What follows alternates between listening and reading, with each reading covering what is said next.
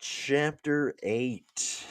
On the morning of Madison's inauguration, March 4th, 1809, guns were fired at sunrise from both the Navy Yard and nearby Fort Warburton to announce to the nation that this was a special day. Dolly Madison was may already have been awake, and right away she would have noticed that it was a nice day. The weather would not interfere with the splendor of the festivals, affectionately called the Queen Elect. Dolly had rations. There was, of course, the matter of clothes. For the morning, Dolly would wear a long, trained dress of fine white cotton. She would always wear white on state occasions, and on her head she would have a white plumed bonnet. In the evening, her gown would be plain buff colored velvet, but her turban would be a confectious of velvet and satin topped with the waving feathers of a bird of paradise. Dolly looked forward to every minute, but for James she knew the day would be long and hard. Shortly before noon, Dolly and James stepped into their fancy chariot with silver M's blazing on each door. Down Pennsylvania Avenue, they rolled through throngs of people to the Capitol, where 10,000 more people were gathered inside the House of Representatives, where the ceremony was to take place. Every inch of space was occupied with still more people, while senators, justice of the Supreme Court, and the diplomatic corps lined up on the stage with the representatives seated immediately below. All had their eyes on James Madison. For James, who had long ago dis- dedicated his life to forming and upholding the Constitution, it was indeed a grave moment and scary. He was pale, his hands trembling, and he must have wondered if his voice would be equal to the occasion. At first he could only manage a whisper, but in a few moments back he was back in control. In a steady voice, low but audible, he took the oath and gave a 10-minute address in which he summed up his foreign policy: peace with justice as long as possible, war if the nation's honor was at stake. When the ceremony was over, the Madisons held open house in their own home, since Jefferson had not yet moved out of the president's mansion. Standing in the doorway, Dolly had never been a more gracious hostess. But James was soon worn out with bowing. People often remarked on the low, formal bow James gave to departing company, as if he were in dancing school, they said. Moreover, in every exchange, he always made sure that he was the last to return a bow. And today it seemed he was bowing to every last man and woman in Washington. Yet more bowing lay ahead in the evening. John Adams and Jefferson had not held inaugural balls as President Washington had, but the Madisons decided to reintroduce the costume. Perhaps they believed it would be politically popular. Perhaps Dolly simply insisted that it would be fun. As it turned out, this affair was the most crowded of the days. Long's hotel, where it was held, was not big enough, but still the people packed in until there was not enough air to breathe. When someone tried to open the windows, it was found that they were painted shut. A few people fainted, and then the windows were broken to let in air. Dolly, however, had no intentions of fainting. Her plums waved brilliantly through it all, but James sighed. I would rather be home in bed, he told a friend. On March 11th, the Madisons moved into the president's mansion. The fact that it needed redecorating undoubtedly pleased Dolly. With fun it would be to give it, what fun it would be to give this official residence the elegance it deserves. Yellow satin curtains in one room, red velvet at $4 a yard for the drawing room. In the new state dining room, she hung portraits of the three former presidents, with a life size portrait of George Washington. At one end, the frame was so heavy it had to be nailed to the wall, and in spite of the expense, $2,150, she bought three large mirrors. She loved mirrors and counted on them to make the room seem larger than they were, particularly the drawing room where she would hold weekly receptions, levees they were called.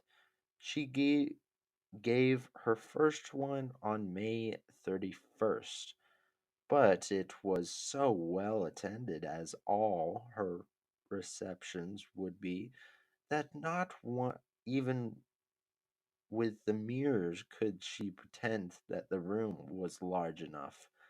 People began to know what to expect at entertainments at the president's mansion.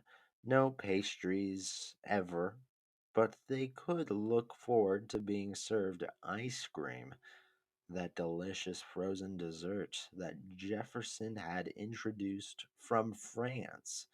Almonds, raisins, pears, apples, peaches would be passed around in baskets. If there was candy, it would be wrapped in paper on which a verse was written. Sometimes they would play cards for all her quacker backgrounds. Dolly was not afraid to adopt the ways of the world. Always she carried a gold enamel snuff box in her hand. Aaron Burr had deplored this habit of hers. Dolly was still pretty, he said, but oh, that unfortunate propensity to snuff taking. Before long, Dolly acquired a parrot. It was something she'd wanted ever since she had been a girl, but to quackers, a pet parrot was considered frivolous. This parrot was seriously frivolous, and what was more, it used bad language. Dolly didn't mind. Indeed, every time the parrot swore, she and James laughed. But people noticed that often at Mrs. Madison's receptions, the president simply stood in the middle of the room, looking distracted. Dolly noticed too, and her heart went out to him. She knew what the trouble was. England and France, it was as if it was as if these two warring countries had moved into James's mind and taken it over. Nothing had improved since the removal of the embargo. England continued to dissipate just where America's ships could not go.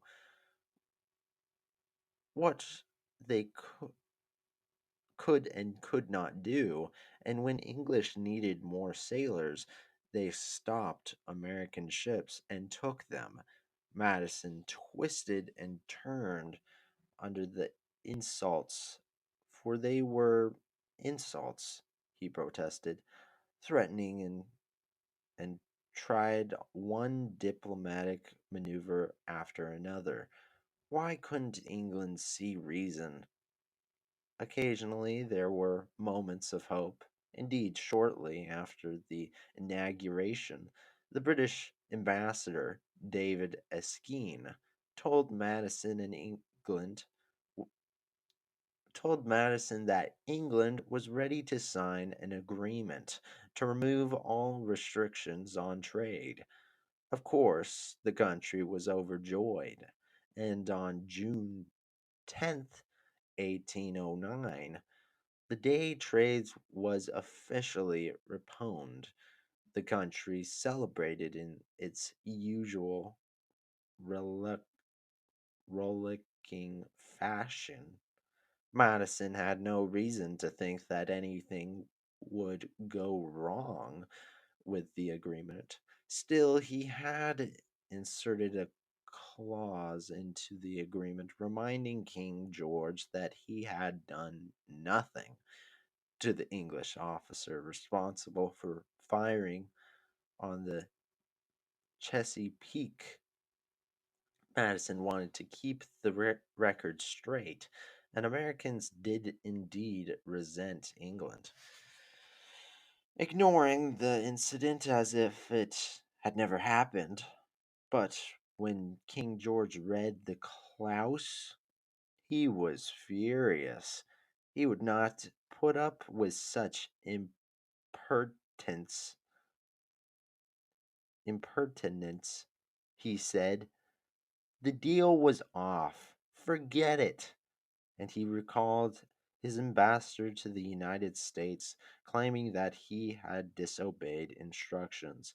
Americans learned the news just 10 days after their premature celebration. So it went throughout Madison's administration.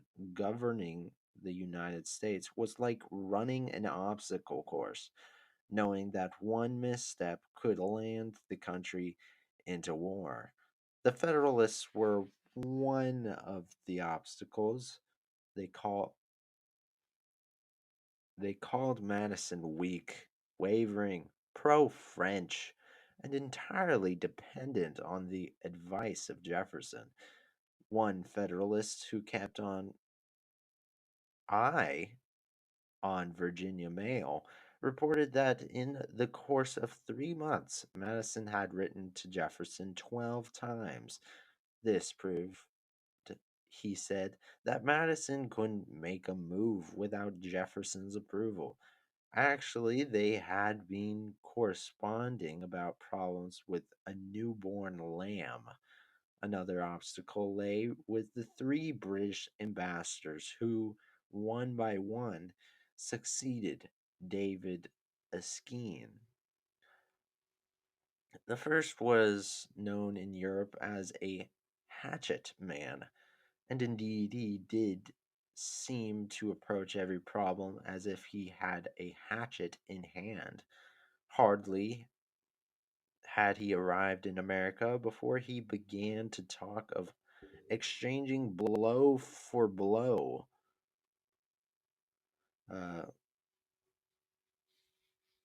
Finally, he became so hostile that Madison told him to go home. The next two ambassadors under,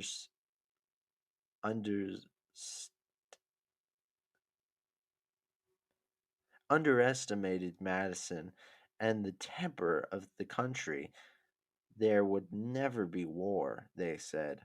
All this talk by the Republicans was simply political propaganda to help them win the next election. These ambassadors may have been influenced by Federalists, but like many people, they may have been misled by Madison's mild manner. The English government, however, was willing to believe them. After all, as one member of Parliament said, America could not shave itself or catch mice without England's help. Of course, America had caught General Cornwallis at the end of the Revolutionary War, and he was no mouse.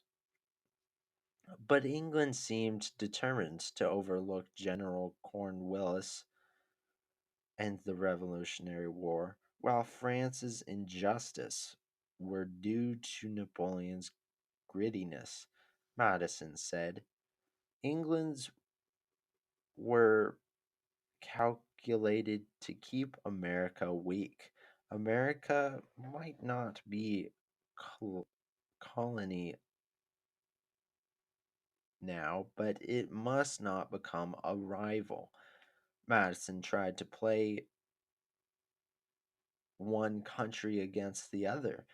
If one country would revoke its act of discrimination against American trade, America promised to give the other country 3 months to do the same. If the second country did not comply, American would renew its non-intercourse act against it. In August 1811, there was a flurry of hope when France did revoke its decree with the provision that England would do the same. But England did not. They seemed not to care one way or another about the Non Intercourse Act. But Americans did. They realized what England apparently did not. The Non Intercourse Act war made war all about inevitable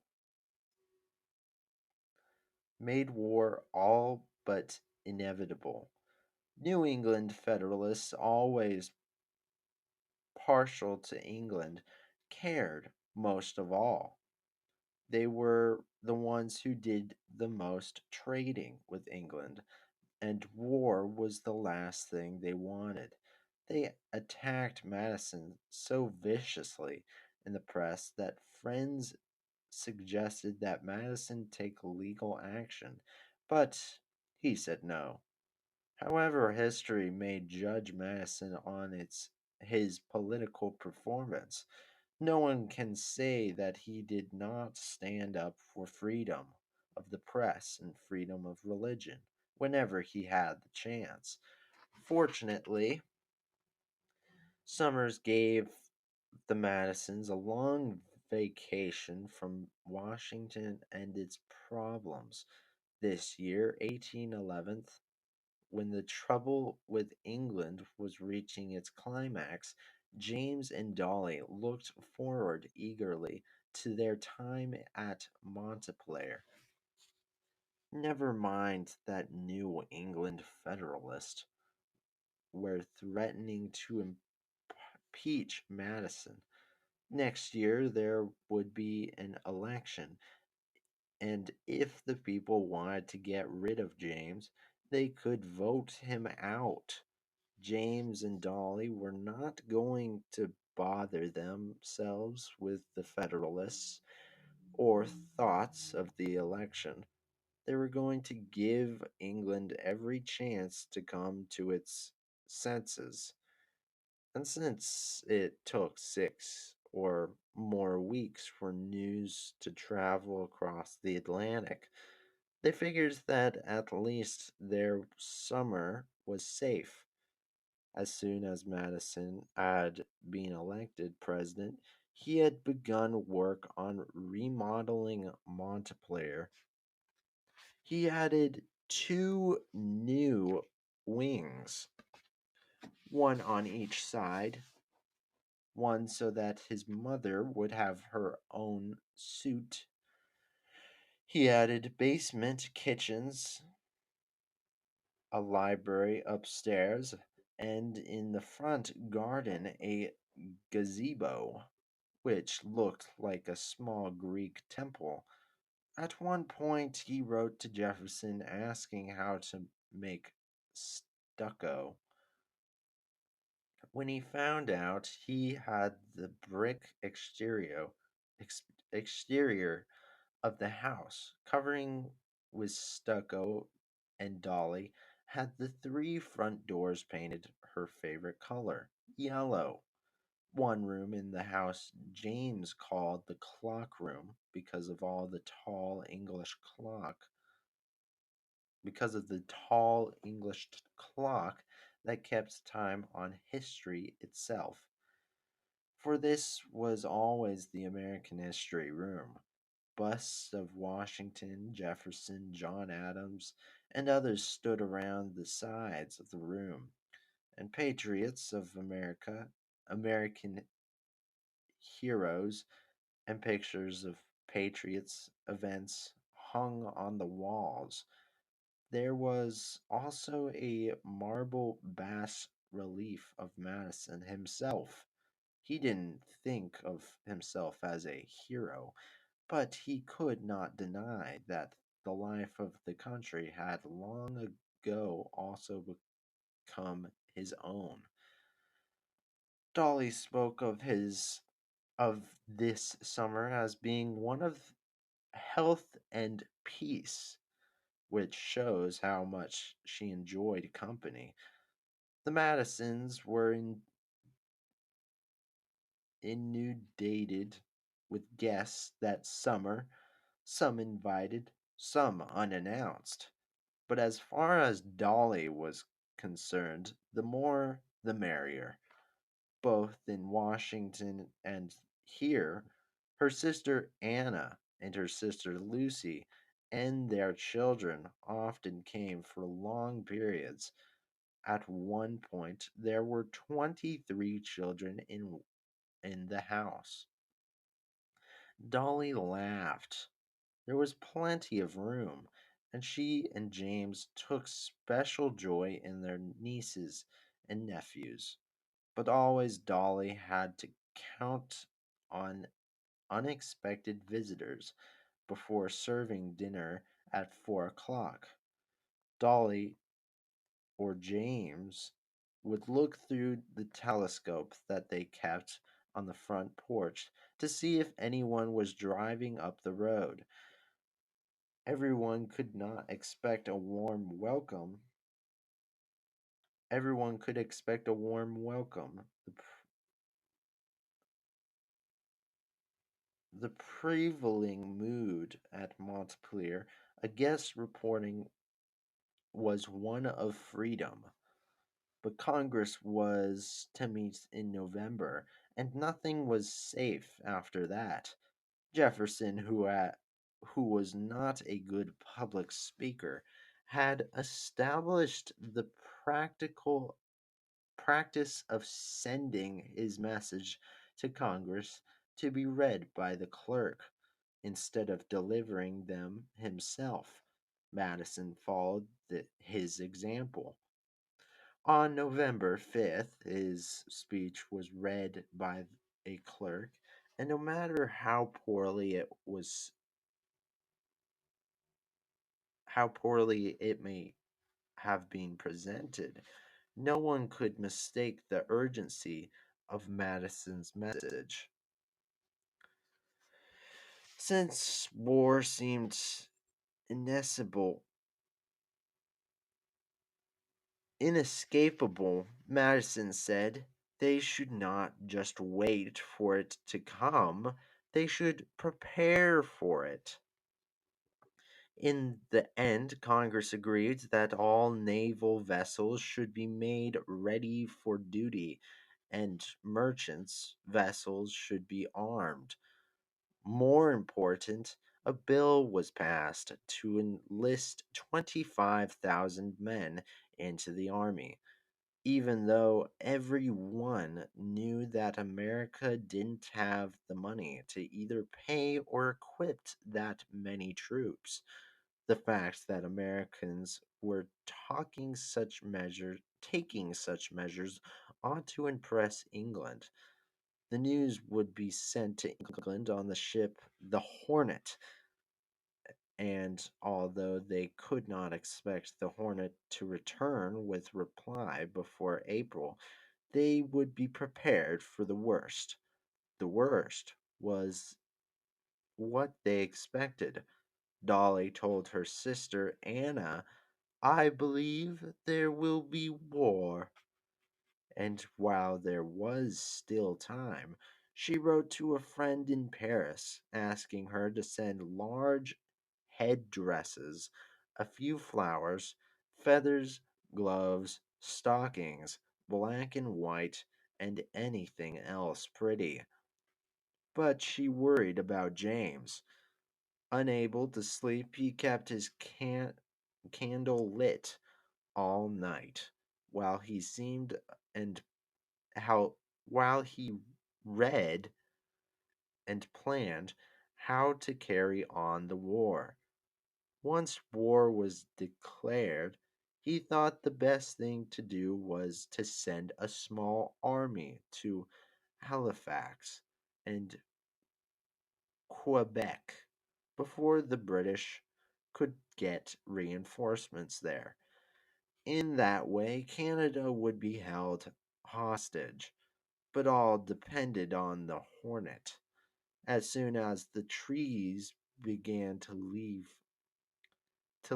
in the spring, people began watching for its return. Perhaps England would reach a quick decision. Perhaps the ship would make a fast crossing. At the end of March, another ship from England did bring unofficial news. England was going to keep right on searching American ships and was preparing to send troops to Canada. That was enough for Madison. On April 1st, he called for the embargo of all American ships. Those in port should stay there. Those at sea or at foreign ports would have 90 days to go home. Then, if nothing had changed, there would be war. But there was no need to wait 90 days. On May 19th, the Hornet arrived, and all hope for peace vanished. From the official dispatches, it was clear that England had not changed its position and was not willing to even consider change. Everyone knew the next step.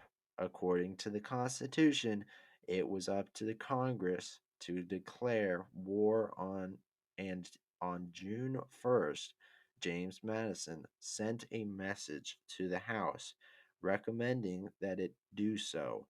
On June 4th, the House passed a bill to declare war on June 17th. The Senate agreed to it.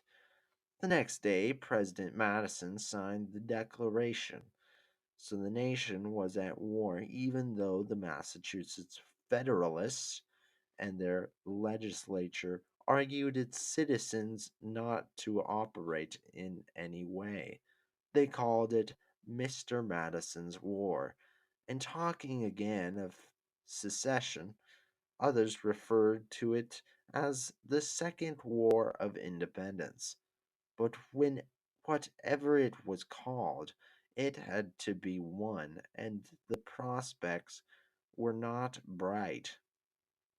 Where would the money come from? How would the Secretary of War manage? Everyone knew that Madison's Secretary of War was not the most capable man. Few knew, not even Madison, if the newly appointed generals would be good, and President Madison himself, who had no experience in war, had a temperament more suited to reasoning than to fighting. But he was dogged, con- conscientious, and determined. When he went out now, he wore his little round hat with a huge cockade stuck in it, signifying that he was commander in chief. What no what no one knew was that on May 11th, while the Hornet was still at sea, England's prime minister, who had been the one most hostile to the United States, had been shot to death by a maniac. His cabinet resigned, and on June 16th, the new English governor repealed those orders, which America had found so obnoxious, all but impress all but impressment.